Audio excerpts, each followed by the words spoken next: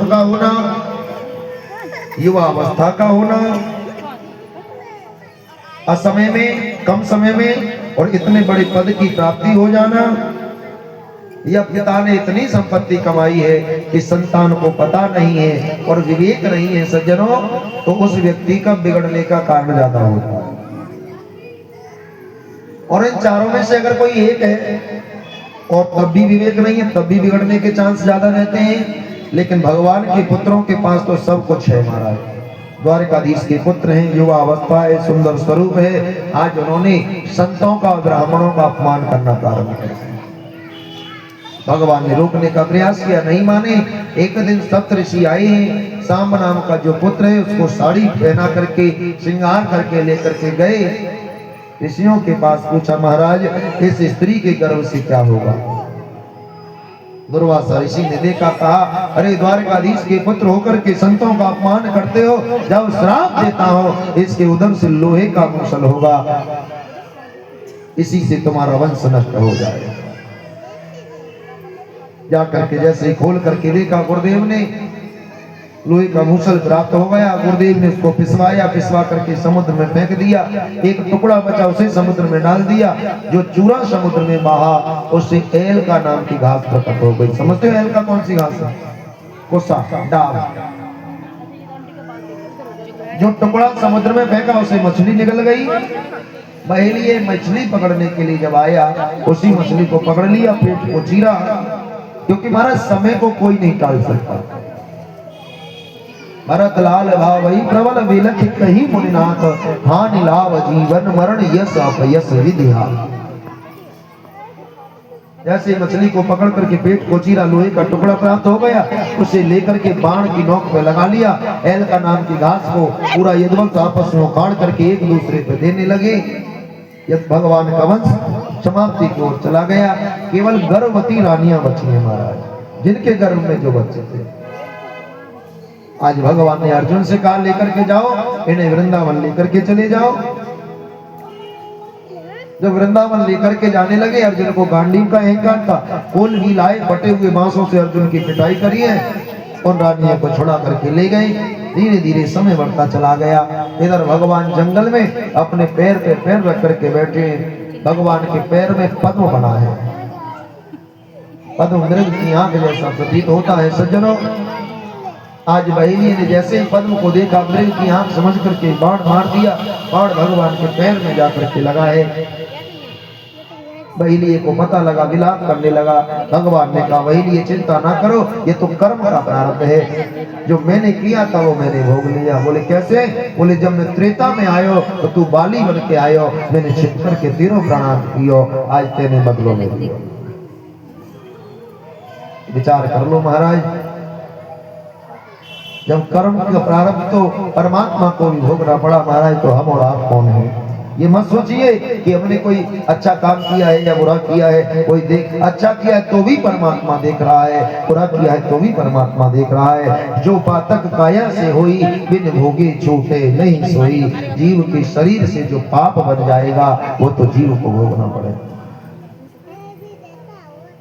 देवता चारों ओर से पुष्पों की बारिश कर रहे, देख रहे हैं। टकटकी लगा करके भगवान कहाँ जाएंगे? आज भगवान अपना पूरा सदेह लेकर के और भागवत जी में प्रवेश कर। बोलिए भागवत भगवान की। भागवत जी में प्रवेश कर गए। नव योगेश्वर संवाद, 3 प्रकार के वैरागी का वर्णन किया गया है। सच्चा वैरागी, शमशान वैरागी, मरकट वैराग्य। सच्चा वैराग जानते किसे कहते हैं? कि सच्चा त्याग कबीर का जो मन से दिया अवतार, जिसका मन मैला गया डूब गया मझधार। सच्चा त्याग अगर जीवन में आ जाएगा तो उसका कल्याण हो जाएगा। दूसरा मरकट वैराग्य, बंदर की तरह। अगर पति पत्नी में झगड़ा हो जाए ना तो पतिदेव कभी कभी कहते हैं, बोले मुझसे झगड़ा मत किया कर बाबा जी है जाऊंगा। कहो कहे ना कहे, हाथ खड़ो करके अगर बताओ, अगर कहो कि कहीं होता है, देख लो परिस्थिति है वो काम। शिकायत कर दी अब तो पूरी, अब तो पक्की शिकायत कर दी है। अच्छा, जब पति पत्नी में झगड़ा हो जाए ना तो पतिदेव कहते झगड़ो मत करे बाबा जी है जाको। अब पत्नी विचार कर रही है, अरे ये बाबा जी है गए तो घर में धन कैसे आवेगो, कमाई कैसे होगी, बाल धन की व्यवस्था कैसे होगी। कुछ समय के लिए शांत हो गई। 2-4-5 दिन बाद फिर झगड़ा हुआ। फिर पतिदेव ने कहा, 2-4-5 दिन बाद फिर झगड़ा हुआ। फिर पतिदेव ने कहा, एक दिन देवी जी बोली एक काम करो, तुम बाबा जी है ही जाओ, तुम बाबा जी है ही जाओ, बार बार है जी कह रहे हो। और तो महाराज देवी जी ने कह दिया घर में कैसे रहे, घर छोड़ के चले गए। घर से निकल के आए और राधा कृष्ण मंदिर पे आए के रहने लगे महाराज तमसपुर में। घर से थोड़ी दूर मंदिर हो, वहां पे निवास करने लगे। लेकिन पहले तो छोटो से बालक आया करे नाती बापू देख के मन भर जाया करे, लाला ठीक है, बालक ठीक है, राजी खुशी मिल जाए। लेकिन एक हफ्ता है वो बालक को नहीं आया महाराज। अब तो घर को मन फड़फड़ाए लगो, बेटा कहाँ कर रहे हो, वो देवी जी कहाँ कर रही होगी, नाती कहाँ कर रहे हो। एक दिन कहाँ भयो, अचानक भैंस खुल गई महाराज।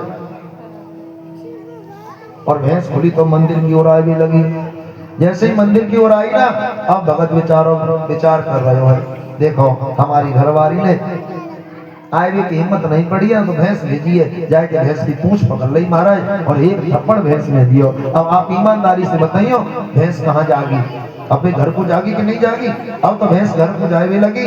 जैसे ही भैंस दरवाजे पे पहुंची महाराज, और भैंस दरवाजे पे जाके रवाई अम्बा।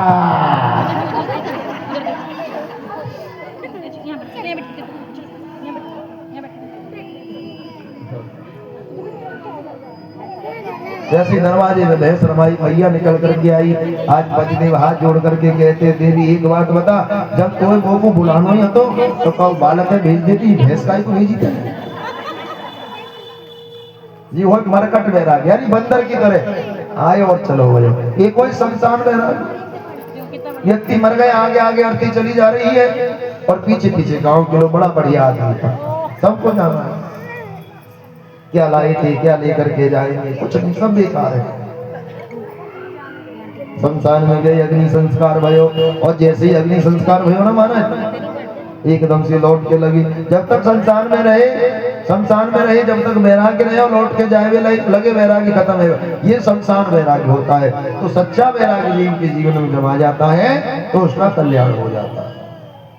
24 प्रकार के गुरु हैं, 3 प्रकार के मुख्य गुरु हैं, शिक्षा गुरु, दीक्षा गुरु, पुरोहित गुरु।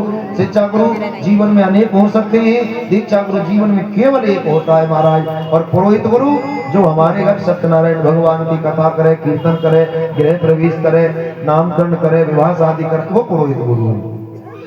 दत्तात्रेय जी ने जीवन में 24 गुरु बनाए महाराज, जिससे सीख मिले वो गुरु है। बच्चे से सीख मिले तो बच्चा गुरु है, बड़े से मिले तो बड़ा गुरु।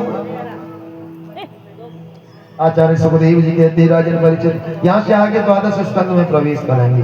12वें स्कंद में केवल कलयुग के दुर्गुणों का वर्णन किया गया है।